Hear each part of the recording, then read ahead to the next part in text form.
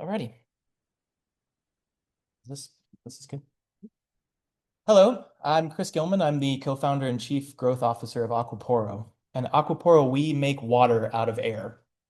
So I know what you're thinking. That sounds like the book and movie Dune, and I look exactly like Timothy Chalamet. It's not supposed to be that funny.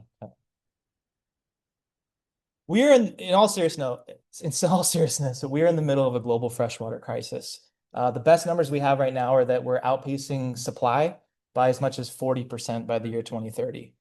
And really, our only solution right now at scale is desalination. And so we really desperately need new solutions. And that's why we're so excited about what we're working on. Let's talk about air to water from a high level. So you have to process air, which means you have to pull air into your device. And if you're talking about thousands of gallons of water a day, you have to pull in a lot of air. And then the name of the game is the dew point. You have to condense the air down to the dew point. And then if it's for, you have to collect the water. So if this is for a residential device, you could do it right above the water dispenser. If it's for a B2B customer, you have to have a water storage tank and a pump. And if it's for human consumption, you need to mineralize it because the water that comes out of our devices is completely pure. At the heart of our innovation is our material science. We use a class of materials called metal organic frameworks, or MOFs for short. And MOFs are having a hell of a year. They just won the Nobel Prize in Chemistry.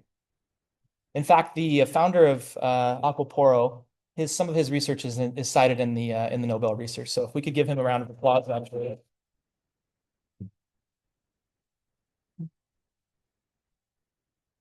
The three traditional fatal flaws of AWG, or atmospheric water generation, are geography.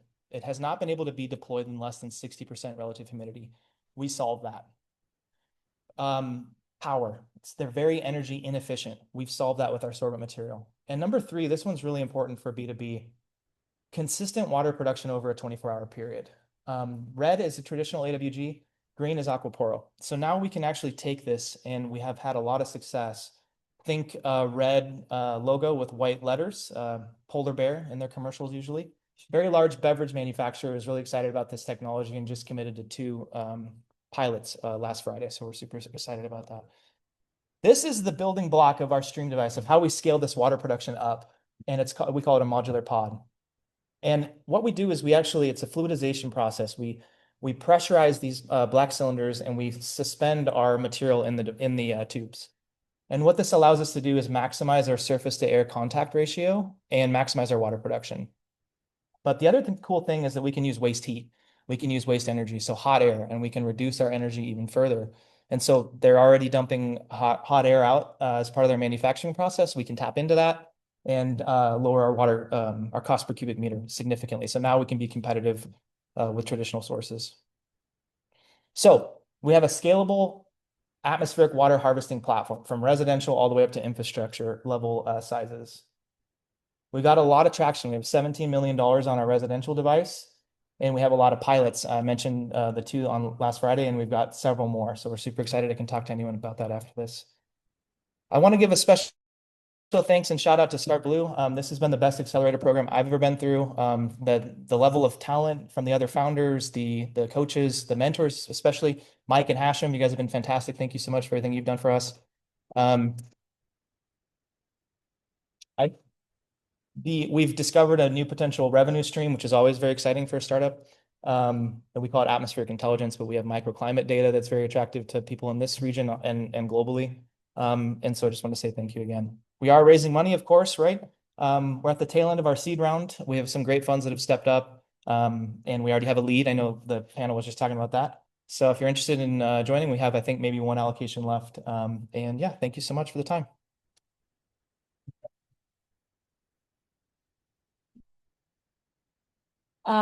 Just bottled up hope for me and put it in a bottle. I'm gonna keep going with my hope. Next up, we have Raleigh Hogan from Dolphin Labs.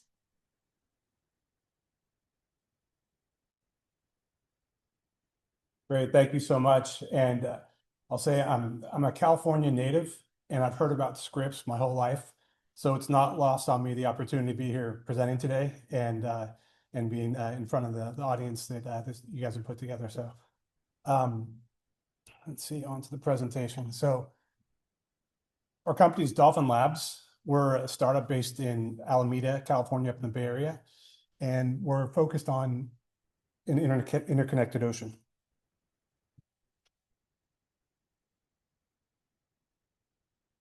So we're all seeing the headlines about our critical infrastructure and our critical resources being under attack.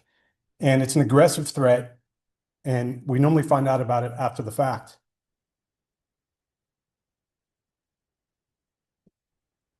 This is Scripps, so you guys will know what this is. It's an autonomous underwater vehicle. And they're generally used for ocean missions, so seabed mapping, wildlife identification, and in some cases for intruder detection near critical infrastructure. So AVs, they like to be down at the seabed and they like to do their thing. And when they detect something, the problem is how to get that signal up to someone so they can do something with that information.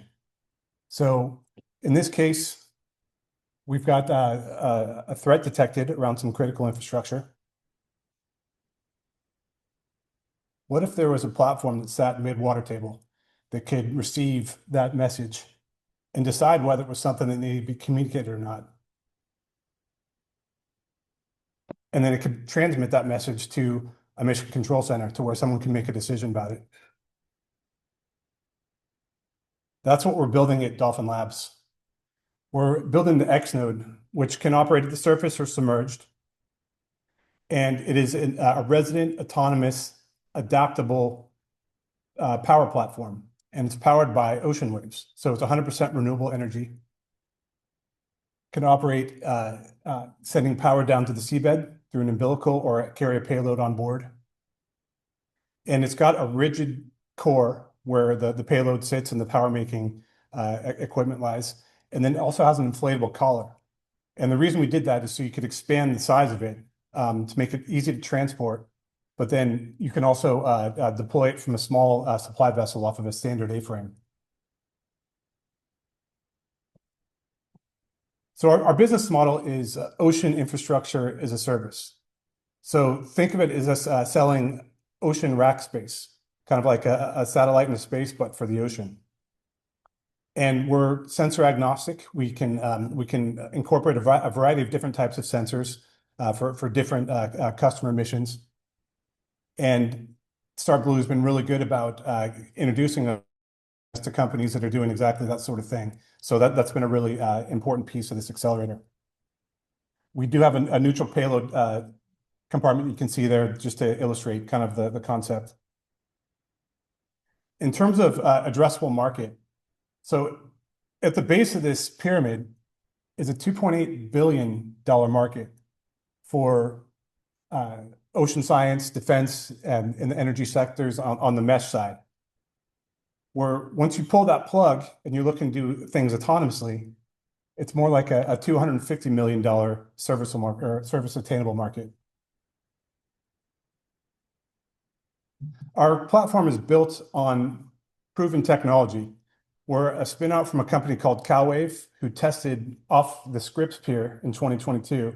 They had 99% uptime, and they lasted for 10 months and could have kept going. So we're using the same platform, just miniaturized into the form factor I showed previously. We've got our first sea trial coming up in March of 2026 off the Avila Beach pier. And so keep an eye on that. Love to have your support for that. And our second sea trial is funded by the Department of Energy through a phase 2 SBIR,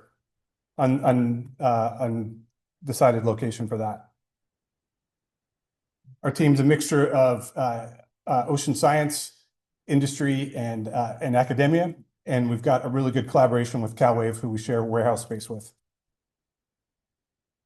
So what have we taken away from the StartBlue Accelerator? Well, we refined our business model. So ocean infrastructure as a service. We've deepened our network of ocean tech experts and subject matter authorities. And we've also got a really good cohort network that we're connected with. So if we can use ocean science to deploy our resources and our military more effectively, we can take better care of our critical resources and our critical infrastructure. So in summary, we've got the sea trial coming up in March. Look out for that. We're looking for partners in the ocean space, sensor companies or potential customers. And we're also raising a seed round coinciding with our sea trial because that de-risks us. So thank you very much for the opportunity to present today. All right, let's, thank you.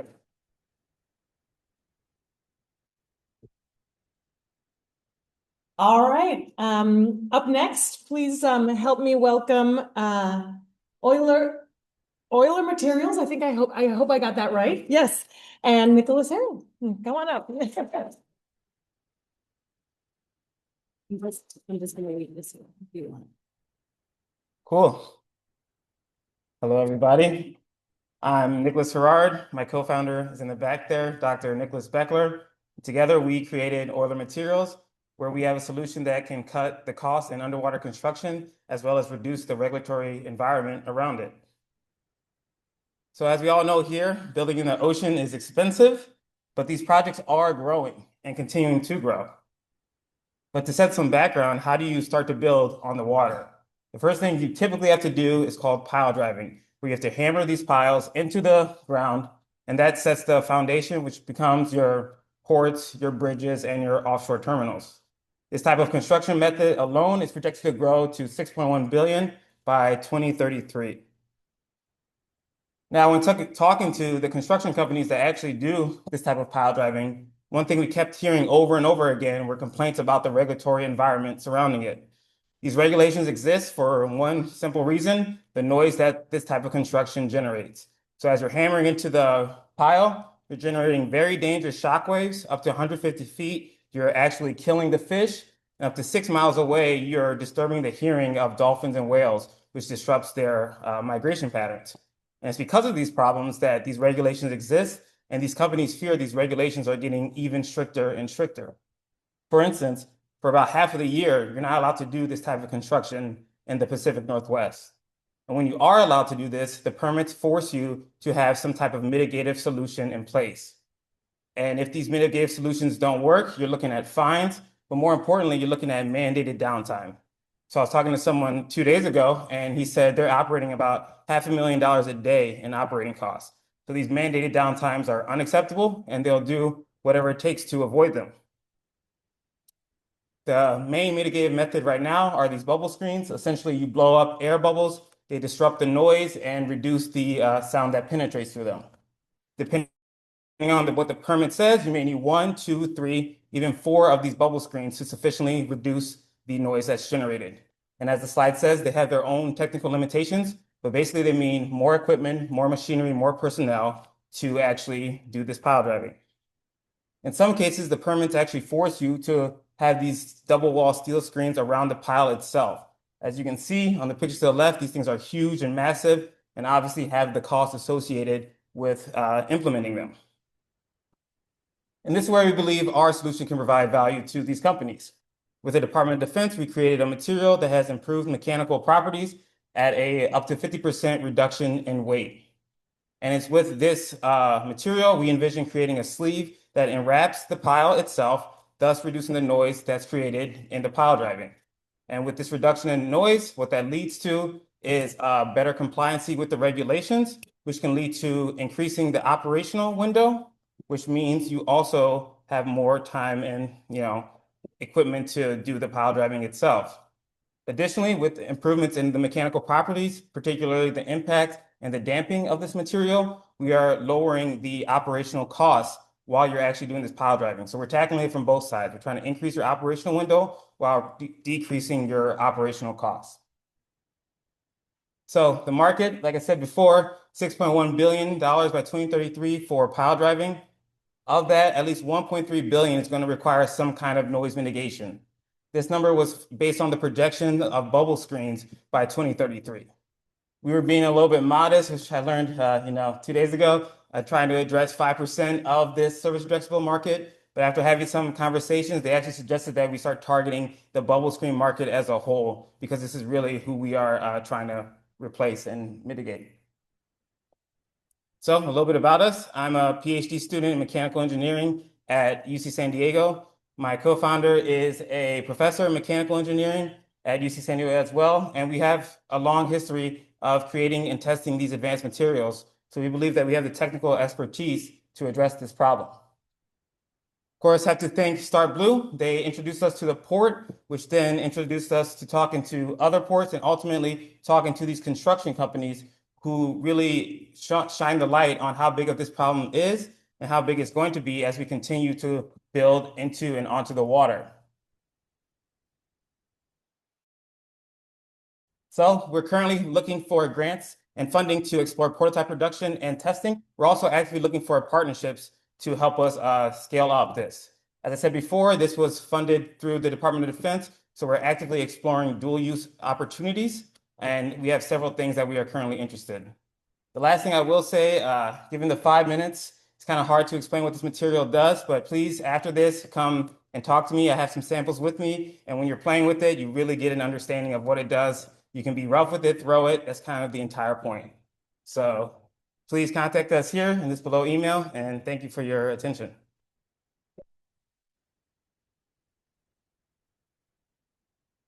Very cool. All right. Please help me welcome up Bea Harainova. And hope I kind of she'll maybe pronounce her name right. And yes. Bea, it's just Bea. Okay, so hi everyone, I'm Bea. I'm the founder of KAHU, and we're a Norwegian startup building a mesh radar intelligence network. So as you all know, the main vessel tracking system in real time today is called the AIS, and it's a device that broadcasts the ship's identity and position. And it's also what powers platforms like marine traffic, which is the sort of maritime equivalent of flight radar, which is a bit more popular. But AIS has major gaps. It can be switched off, it can be spoofed, or many vessels don't broadcast it at all. And these blind spots matter because they are hiding billions in costs and risks, and they're causing threats to national security, maritime safety, and environmental monitoring efforts. And to put this into perspective, almost $10 billion worth of oil is transported by shadow fleets, which has tripled since 2022. And illegal fishing is costing the economy up to $36 billion per year. So most ships have radar, and radar is a pretty cool technology able to detect vessels, whether they transmit AIS or not. By crowdsourcing these radar detections from ships that are already at sea, we can build a live map of ocean activity that works even if ships want to hide.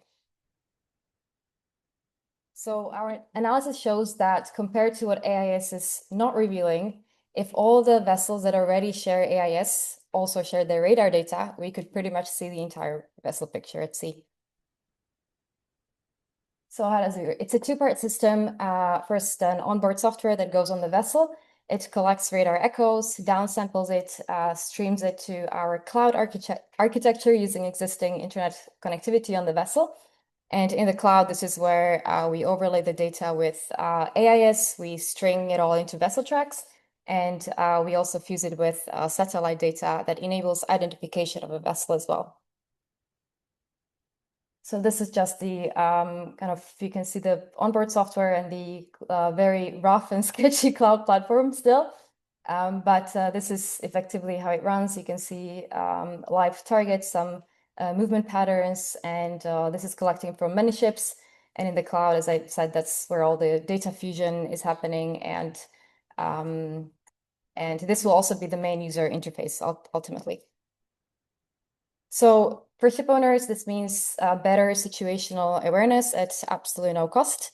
No hardware, no operational disruption, and it runs autonomously. It's read-only for cybersecurity reasons, and is fully anonymized. So business model, we're all about revealing everything to everybody. So the basic map will be open access. In the first couple of years, we want to partner up with maritime intelligence platforms and through commercial agreements like revenue sharing or data resale. And from about year 3 or so, when the vessel network grows, we plan to launch our own tiered subscription based platform. And obviously contributing ship owners get all the all the aggregated data for free. So these are the main customer segments we have identified and validated. This is an $8 billion maritime data and analytics market, just mentioned, and we consider any kind of buyer of AIS data to be a natural buyer of this as well. Traction-wise, I'll just highlight that we have tested a prototype of the onboard software and the cloud platform on research vessels and private boats. Now we're ready to integrate with a navigation software developer on fishing vessels in Norway, which should give us access to about 1,000 of them. And yeah, mentioning StartBlue, it's been really helpful on our early journey. We've pretty much gained a much better clarity over which ships to actually focus on, found new data applications, grown our network, and since we're in the maritime domain awareness field, we directly fall under the NOAA's objectives as well. But we're also trying to drastically reduce the cost of maritime data because we have no CapEx. Okay, team-wise, so I have over 10 years of experience in business and finance. I've done M&A in defense and maritime, and I spent the last 4 years building startups. Chris is coming into the team now, and he's an excellent robotics engineer. He's developed the software you saw earlier. And yeah, our advisors pretty much span GIS, radar systems, maritime security, and yes, thanks to Guy and Rick as well in the audience who have been our StartBlue mentors. So this is, I wanted to include this because the vision, the ultimate vision is a lot bigger than what I just described. So we start with radar because there is a clear market gap, but ultimately we want to create this trusted, shared space where ship owners can contribute autonomously real-time data. And once radar is in place in the system, it is pretty straightforward to add more sensors. So ultimately we want to build this sort of multi-layer sea-to-space intelligence network. We are looking first and foremost for ship owners conversations and warm intros to ship owners or ship operators. And we'll be opening a pre-seed round pretty soon for $1 million. So yeah, if this resonates and or you're a ship owner, come and talk to me. Thank you.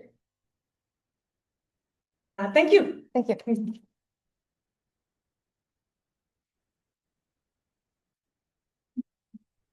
All right, moving right along. Please help me welcome Mónica Martinez, who is going to present Nereus Systems.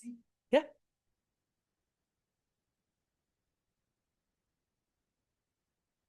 Great. Yes.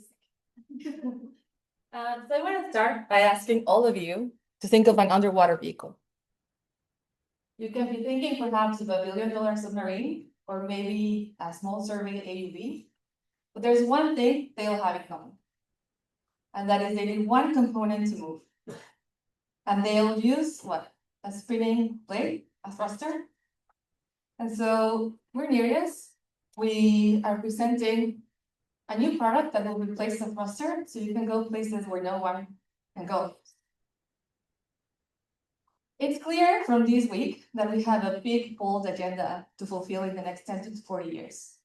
And it's become evident to me that the end goal is not the open water. Yes, we have to cover vast distances, but once we get there, we need to be able to execute accurate, unbelievable precision tasks. And that will invariably involve getting into complex geometries, crevices, hard to reach places, to be able to exploit the assets that we cannot reach. We don't know they're there. This is our solution for that agility problem. Instead of using a hard blade, we're using an electromagnetic train that powers flexible asymmetric appendages that allows you a degree of maneuverability that we cannot achieve today. Our platform is modular. For now, we have a camera at the top, at the front cap, but you can think of customizing this. You can print as many units as you want, and so you can have redundancy, or you can distribute your sense load to be able to do distributed sensing, for example. And you have very fast response rate. We're able to tune kinematics at 50,000 times per second. We've tested this near infrastructure. So here there's a very pricey PVC pipe. And as you can see, we chose a very long pipe because we were excited. But It's able to get places where we're not have to worry about damaging critical infrastructure like coral reefs.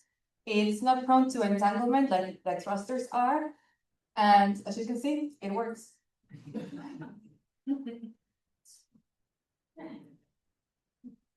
And it is very cheap. So who's gonna pay for this agility market? We are looking at a 5.4 billion market worldwide in 2030, where the US is very much gonna have some dominance. And we're looking at about 32% CAGR by 2034. Our business model is two-pronged. We're looking to license our technology to manufacturers that are ready to adopt our technology. But we're also looking at creating black boxes for end users. So you tell us how many units you need, what do you need to do, and we'll create that for that particular mission. So this is a very tech-heavy project, and we have a very tech-savvy team. I have the greatest fortune of being a professor at Brown University, and I lead a very interdisciplinary team of biologists, mechanical engineers, computer scientists, aerospace engineers.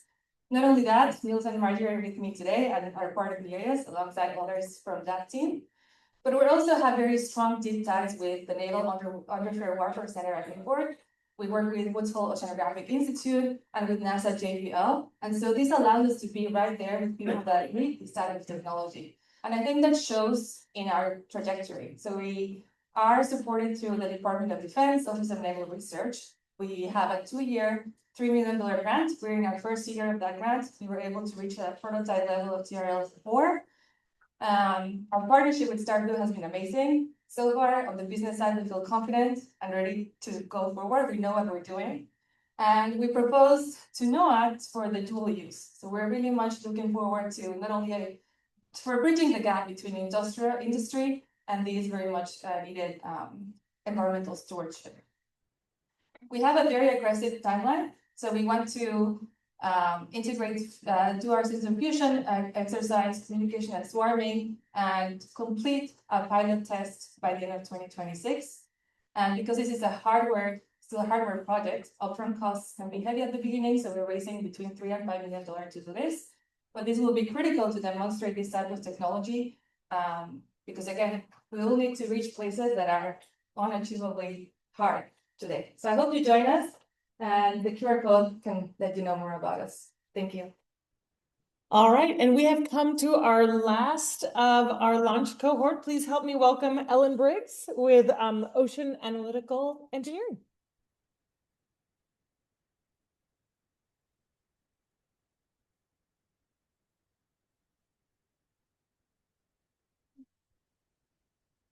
Hey everyone, I'm Ellen Briggs, founder of Ocean Analytical Engineering, where we build carbon sensors for natural waters. And today I will focus on their application for protecting the future of aquaculture. So it is well understood that our oceans are becoming more acidic. This is triggered by increasing PCO2 concentrations in our atmosphere, which is being absorbed by our oceans, which is reducing the pH.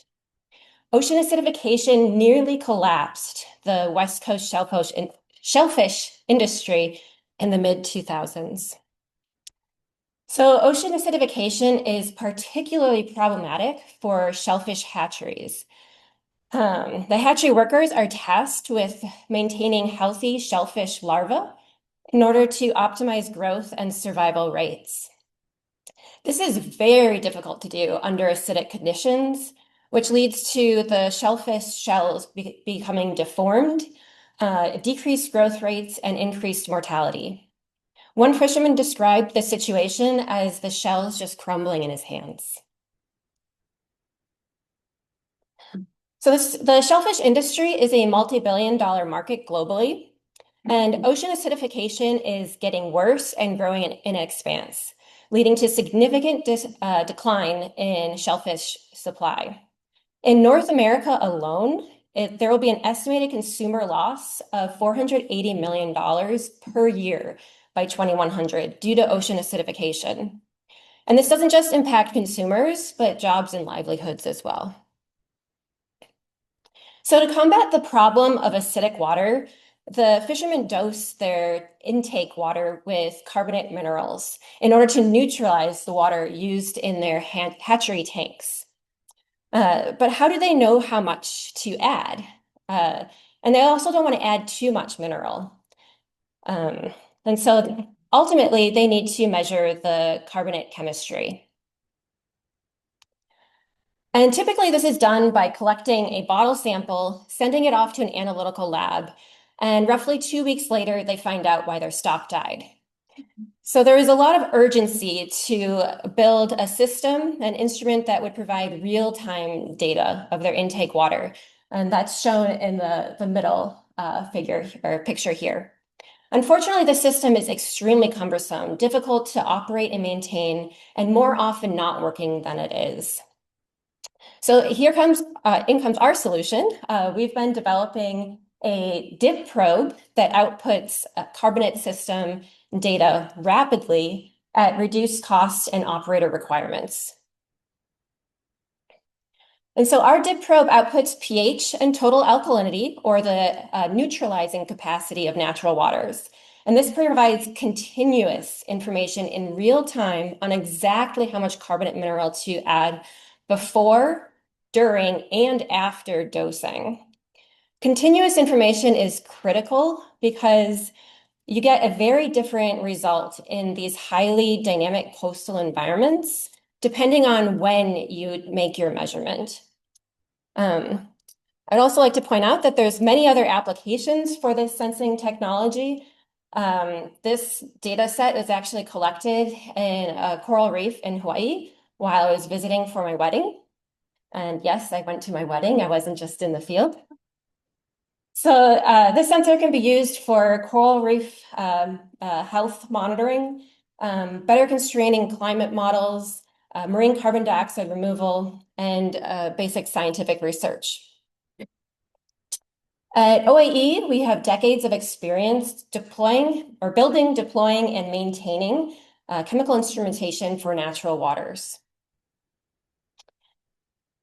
Again, our customer is a fisheries and hatcheries operator for our entry market. We have 2 purchase options. With Basic, you get the portable sensor with operating software, and there's calibration solutions available for purchase. With Pro, you also get a customized installation, monthly calibration, and optional cleaning and maintenance. Through the StartBlue journey, we conducted over 20 customer discovery interviews where we learned that the Pacific Northwest hatcheries are really struggling with ocean acidification, and they're an ideal entry market. And so here's a picture of our fisherman-inspired version of the sensor, which is simple, portable, and affordable. And so we are asking for $100,000 and customer introductions. This will be used to travel to perform on-site demonstrations that we can gain information to feed back into our device design. And as a result, we will provide fishermen a tool that provides continuous information that will lead to savings in cost and time while improving their operational efficiency. So the next time you eat a shellfish dinner, take a close look at its shell and think about its life journey. Thank you. All right, thank you. And thank you to those 6 launch cohort companies. I'm now going to ask you the impossible, which is to take a 10-minute break. All right, this is going to bring us home. 6 more amazing startups who are in the scale cohort. So I would love to bring up Charles Cousin and Cedric Geegan, who are with Bellamare.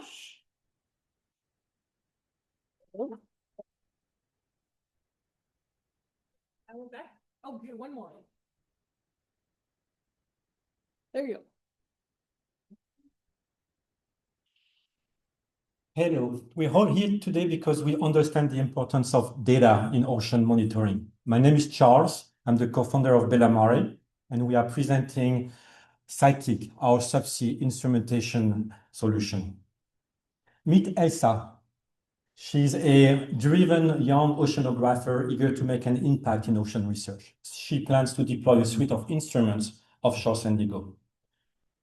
The problem is that Each instrument has its own world with unique power, connectors, and communication needs. Bringing them together, it's not easy. ELSA is left to manage that integration on her own. It's not her expertise, and it takes time away from her science. That's the gap Psychic sets out to close. Hello, I'm Cedric. I'm the co-founder of Bellamare. And for exactly 20 years, Bellamare has built numerous solutions for scientists. And through that experience, we've created a hardware software solution that lets you integrate in a week what others struggle to do in months. Psychic is how we standardize customization. Psychic is, in a way, the Swiss Army knife of ocean instrumentation integration. On the software side, Psychic is a bit more like Legos. You snap together simple blocks to build anything from basic setups to sophisticated automated routines. It offers the stability of a closed platform while connecting to a broad plug-and-play sensor ecosystem. The result, a powerful application that comes together in a snap. Psychic is in the hand of 7 research institutes. We are working with 3 manufacturer reps, building relations with 2 OEMs, including a leader in the market. And we also demoed with government entities such as NIL and KAHU. Actually, our system just came back yesterday from KAHU. Psychic differentiates itself with added features and performances. It is smart, agnostic, and reconfigurable at a price point that is very competitive. Cedric and I have had a very rewarding journey over our career. Psychic was originally conceived to complement the deployment of our biggest success to date, our plankton camera. You can think of it as a large volume underwater microscope towed behind the ship at 5 knots. Psychic and our plankton camera together are the foundation of our instrumentation portfolio offering.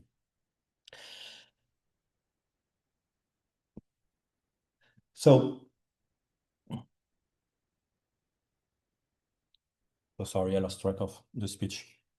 You ready, one back? So Psychic and our plankton camera together are the foundation of our instrumentation portfolio offering. These 2 product lines are positioned within an ocean instrumentation market with a 45 billion SAM and a 1 billion 45 billion TAM and a 1 billion SAM. To date, our company has been dedicated to crafting high-value instrumentation and delivering customized subsea engineering solutions. We have been financially independent since our inception. Our current objective, though, is to shift the company's focus from a service-oriented model to a product-centric approach. If we achieve steady market penetration and a sustained customer adoption, we anticipate a potential $20 million acquisition exit within 6 years. The blue industry is a sector that grows through strategic acquisition. It's not just defined by sales volume, but from proven disruptions. Groups such as Teledyne, Danaher, Xylem have had a trend to acquire companies for a median acquisition price of 48 million. These acquisitions are made to accelerate portfolio expansion, allowing a single group to consolidate key expertise. Here is our advisory board composed of experts who have used our tools, trusted our work, and partnered with us on some of our most meaningful projects in our career. Over the last 20 years, Charles and I have been involved over 30 agency-funded multi-million-dollar programs and the biggest names in our industry.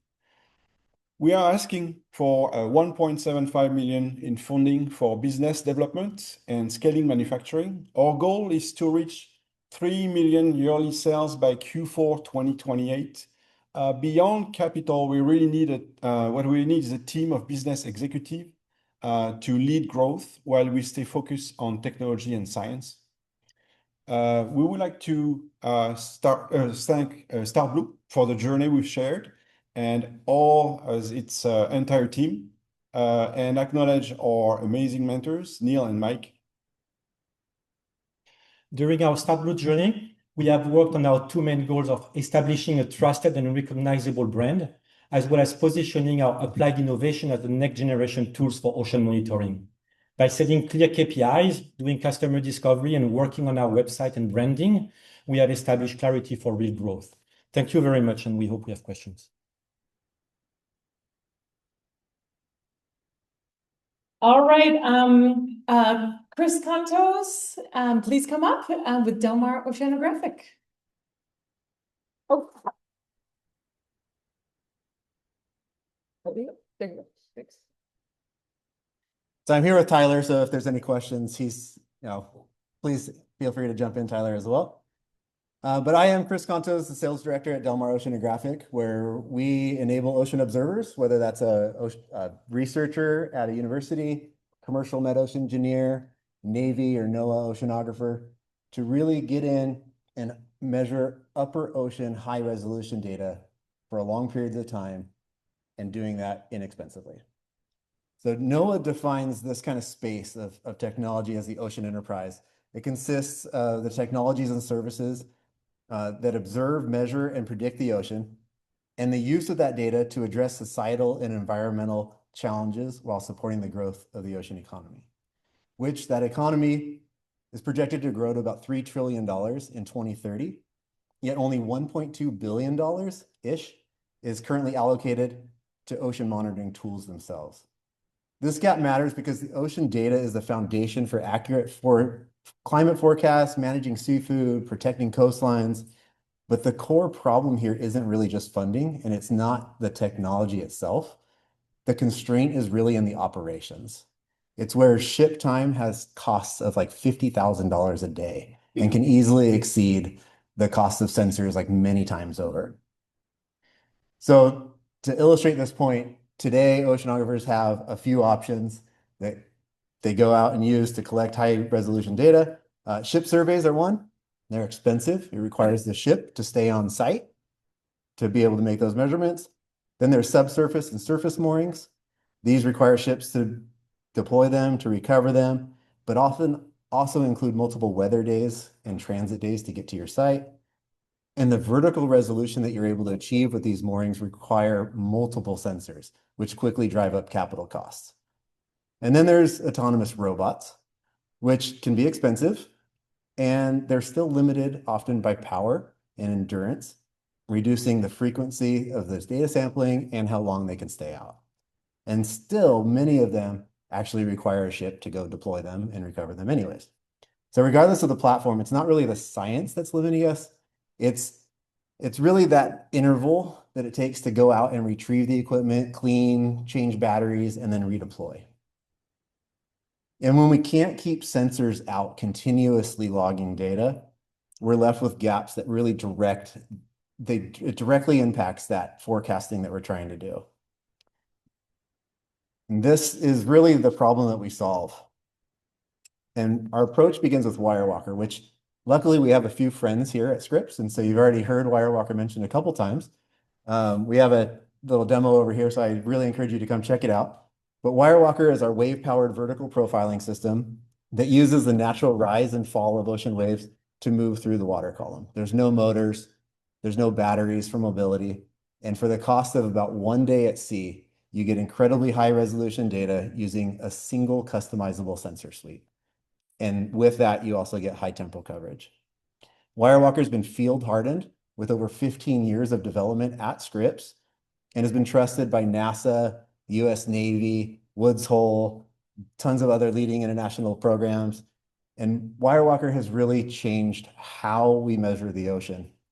But now, the reason we're here is because we're working on LiveWire, which is redefining how long we can observe the ocean. LiveWire expands Wirewalker capabilities by introducing a micro wave energy converter that generates enough power to provide sensor power, power to anti-fouling techniques, communications, essentially indefinitely, with the potential to implement like smart sampling and AI. By shifting from battery dependence over to wave power, we enable persistent ocean observations. Now, persistent ocean observations is where science and sustainability kind of meet each other. It means better climate models. It means better ecosystem management. It means less ship time, which dramatically lowers carbon footprint and operating costs. It means fewer battery swaps, which lead to reduced environmental and logistics burdens. I don't know if anybody's ever tried to ship lithium batteries before. It's not fun. It means achieving a greater understanding of our planet's largest resource. And so LiveWire is really a major breakthrough for the ocean enterprise. Our business model at Mar Oceanographic is pretty straightforward. We sell systems, sensor integrations, and mission support to enable ocean observations in academia, industry, and governments to measure that upper ocean in high resolution, long periods of time, and much cheaper than they're used to. This model has actually allowed DMO to remain 100% founder-owned and fully bootstrapped. Excuse me. To date, or this year alone, we've produced about, or on the order of about $2 million in revenue, and our team blends of deep scientific leadership and proven engineering with over 100 years of collective experience developing ocean sensors. StartBlue has been really instrumental in this. It's helped us develop our business acumen and supporting significant milestones like our customer discovery, our go-to-market strategy for LiveWire, and the advancement of LiveWire to where we are now, which is about TRL 6. Today, we're actually seeking $1.5 million to advance LiveWire from that prototype stage to customer-ready commercialization. This is going to be achieved through repeatable manufacturing techniques of the motor, acquiring engineering talent for various things like LiveWire control, and doing some further customer discovery and getting segment experts in-house. And we believe this not only promises about $5 million in annual revenue within about 3 years of commercialization, but also lightens the burden of the government on ocean observing by saving so much money in ship time. It also supports the NOAA Ocean Enterprise goals, as well as what we call the DMO vision, which is a world where our ocean is continuously, affordably, and sustainably observed, all powered by the ocean itself. So, yeah, thank you.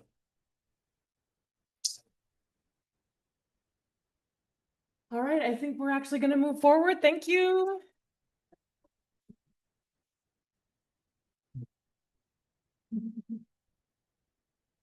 All right, please help me welcome up Katya Booking with Flood Dynamics.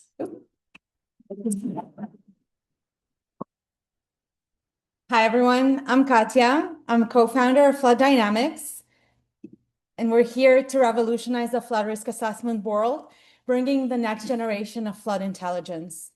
Flooding, and especially rain-driven flooding, is the costliest, most damaging natural hazard around the world today. Every single one of the events on the left and on the right not only costs tens to hundreds of billions of dollars, but also cost numerous of life loss. And in reality, we don't really got it.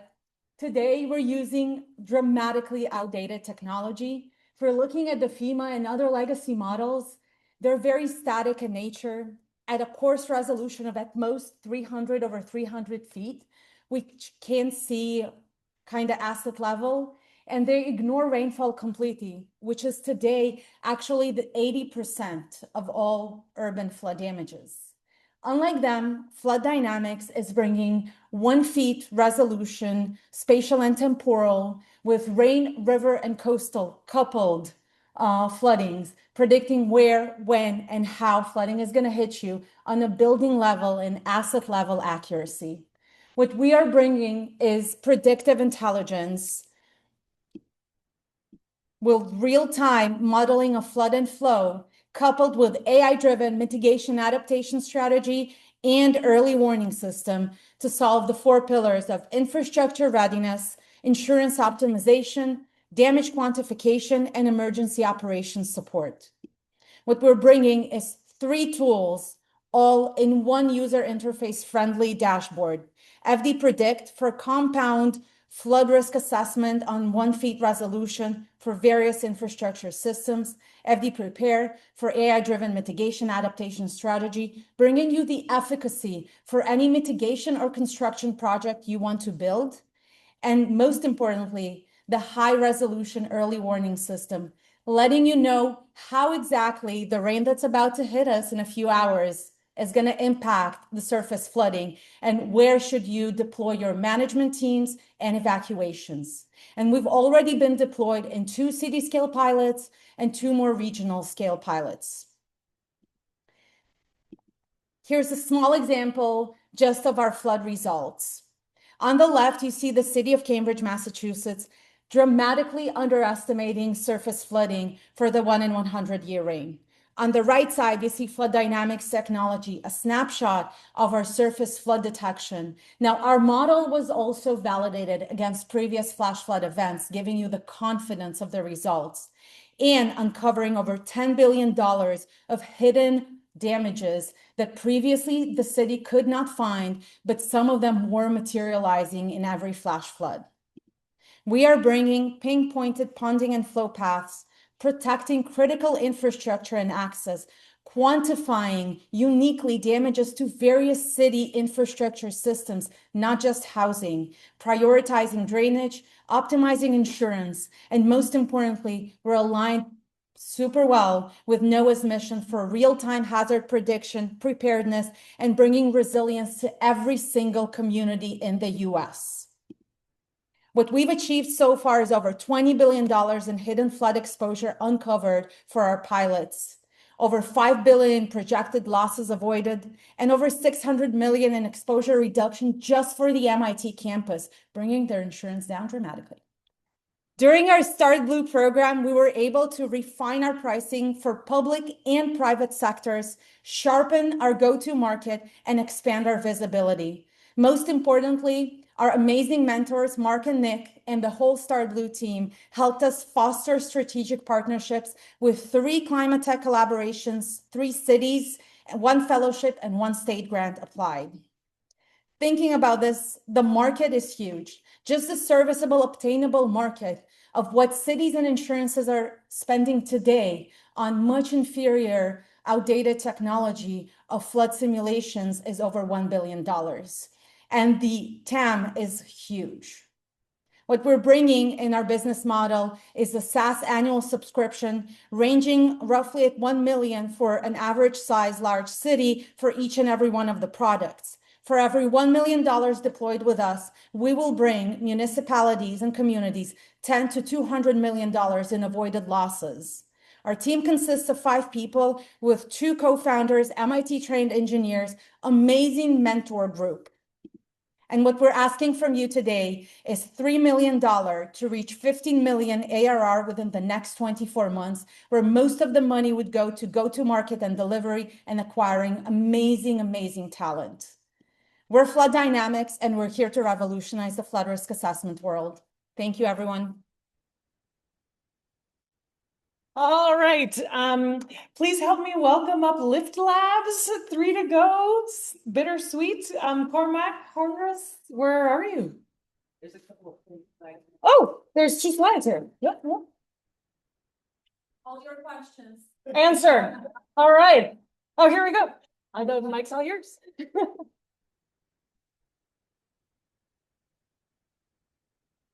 Hi, everyone. I'm Cormac Hodges-McCarthy from LiftLabs, where we make fishing gear that protects whales and helps fishermen. Whale entanglements are a global issue, with 300,000 of them happening every single year. In New England, we have the North Atlantic right whale, a species on the brink of extinction. Where we used to have tens of thousands, today there's a mere 370 with 70 breeding females left. 86% have scars showing that they've been entangled at least once in their lives. And the reason it's so common is just because of the way that we fish today, where we have these long vertical ropes and buoys connecting to the traps down below, allowing the fishermen to get their catch back. There are over 1 million of these vertical ropes in New England alone, and California has a similar issue with the humpback whale. But those ropes aren't just a problem for whales. They're actually making life harder and more dangerous for fishermen too.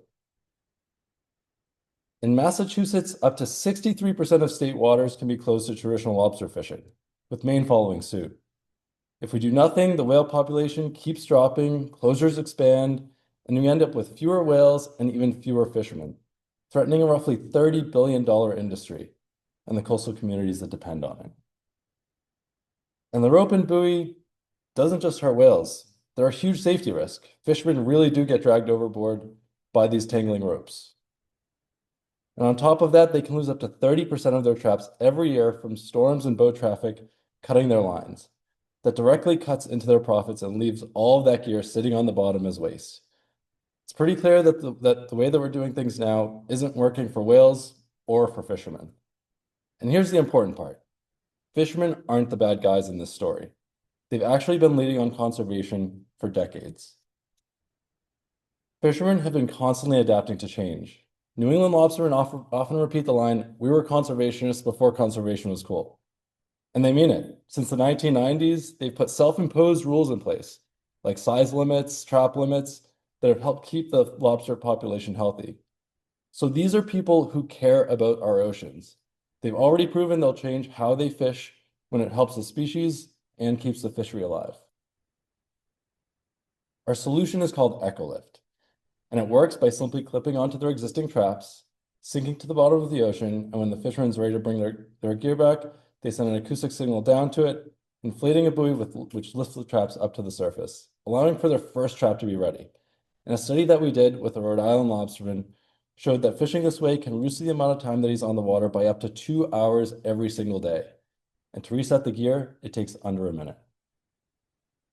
While we do have competition, we are the only ones that can work both in all conditions, and crucially, we're the only ones able to do it faster than using the traditional rope and buoy. And with lobstermen, speed is everything. Now, at the end of the day, it all comes down to the team making it happen. Paul, our CTO, has transitioned dozens of maritime prototypes into production, and I'm an engineer that's been designing the gear with fishermen for the past 7 years and have an active lobster fishing license. And we have an amazing team filling in the rest of the gaps. Now, to give you an idea on our market size, in the US alone, our total market is 2.2 billion, with an obtainable market around 220 million, with our beachhead markets in New England and California. Additional identified market opportunities include military and oceanographic equipment retrieval, as well as global markets in Australia and Southeast Asia. This year, we've generated $150,000 in revenue. We've engaged in 2 active paid trials, and we've done all of this bootstrapped via government grants. We built 60 units and worked with 25 different fishermen. Our experience at StartBlue has sharpened our revenue model in beachhead markets, and it's clarified LiftLabs' place in NOAA's Ocean Enterprise. We now see EcoLift not just as a ropeless fishing gear, but as a distributed ocean data platform. Each unit already carries sensors collecting ocean data with room to grow. StartBlue also connected us to mentors such as Chris and Margaret, and partner networks across the Navy, NOAA, and investors to help us scale this vision. In 2023, we developed our first prototypes through grant funding. Last year, we started pilots in the US and Australia. This year, we're focused on sales and business strategy. Next year, we'll begin to scale and create the entry-priced $1,000 EcoLift that will allow us to transition from selling to government gear libraries to directly to fishermen, with a 3-year plan of reaching 1,000 units per year, leveraging alternate use cases such as oyster farming and military use. As we scale and commercialize, we're looking for a strategic partner with experience distributing fishing gear or ocean tech gear, and for regulatory and industry allies to help move ropeless beyond experimental permits. We're also seeking pilot partners, gear libraries, fishermen willing to test new tech, or anyone who needs reliable self-surfacing subsea retrieval. We're building a future where whales thrive, fishermen keep fishing, and the ocean is cleaner and safer for everyone. I'm Cormac from LiftLabs. Let's leave the ropes behind. Thank you. Bittersweet to come to the end. That was such a cool journey. I hope you agree to have these 12 startups present their solutions. And so thank you to everyone. And I'll pass it on to Vanessa before saying just another huge round of applause for the StartBlue, the whole team.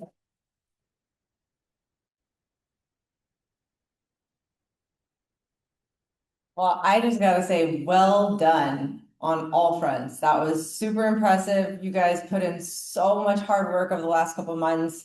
You took advantage of every opportunity that we gave you, and we gave you a lot to do. So we appreciate it. I know we've bombarded you with updates and workshops and connections and everything, but it's been truly spectacular to see the progress that you've made. And it is a testament to all the mentors, advisors, instructors, entrepreneurs, everybody in the whole room and beyond that has been there to help support you guys along the way. And it doesn't end here. Just because this whole part is done, we continue to be your support system, we continue to support you as alumni, and we are a family that will always be here for you. So we always will continue to support you, and we look forward to that as well. And we will continue to do programming and invite you all as well to continue to build this ecosystem and this momentum that we have to continue the conversations that we've had here.